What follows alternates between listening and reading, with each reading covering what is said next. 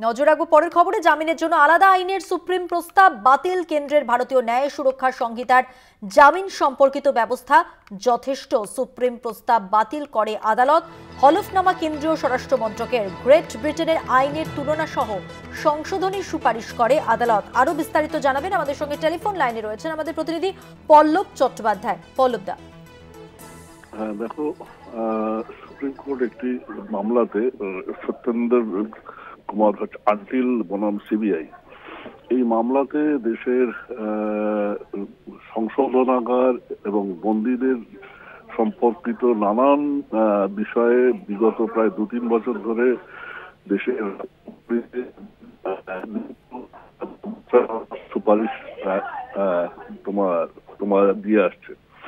সেই সূত্রেই এক সময়তে কেন্দ্রীয় সরকারকে সুপ্রিম কোর্ট বলেছিল যে আমাদের যে ভারত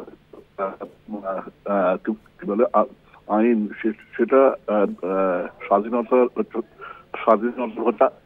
কি বলে আগেকার, অতএব তাতে সংশোধনী আসলেও কিন্তু তার ফলে কিন্তু সংশোধনাগারগুলিতে বিচারাধীন বন্দীর সংখ্যা অস্বাভাবিক ভাবে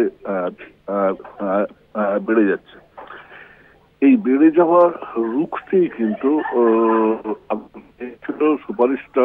সুপারিশটা ছিল যে আমাদের যে জামিন সংক্রান্ত আইন আছে সেটা আরো সরল করা দরকার। সেই মতো একটা আলাদা জামিন আইন বানানো যায় কিনা সেটা এই দিয়েছিল সুপারিশ। কিন্তু কেন্দ্রীয় সরকার জানিয়ে দিল যে ভারতীয় 2023 সালে ভারতীয় ন্যায় সুরক্ষা সংহিতা যেটা যেটা যেটা হয়েছে, চালু হয়েছে, সেখানে কিন্তু জামিন সংক্রান্ত আইন আগের চেয়ে অনেক সরল করা হয়েছে এবং সেটাই যথেষ্ট। নতুন করে আলাদা করে কোনো আইন আনার কিন্তু এই মুহূর্তে চিন্তা ভাবনা নেই। এইটা কেন্দ্র কিন্তু সুপ্রিম কোর্টকে হলফনামা মারফত জানিয়ে দিয়েছে। ধন্যবাদ। কথা বললাম প্রতিনিধি পল্লব চট্টোপাধ্যায়ের সঙ্গে।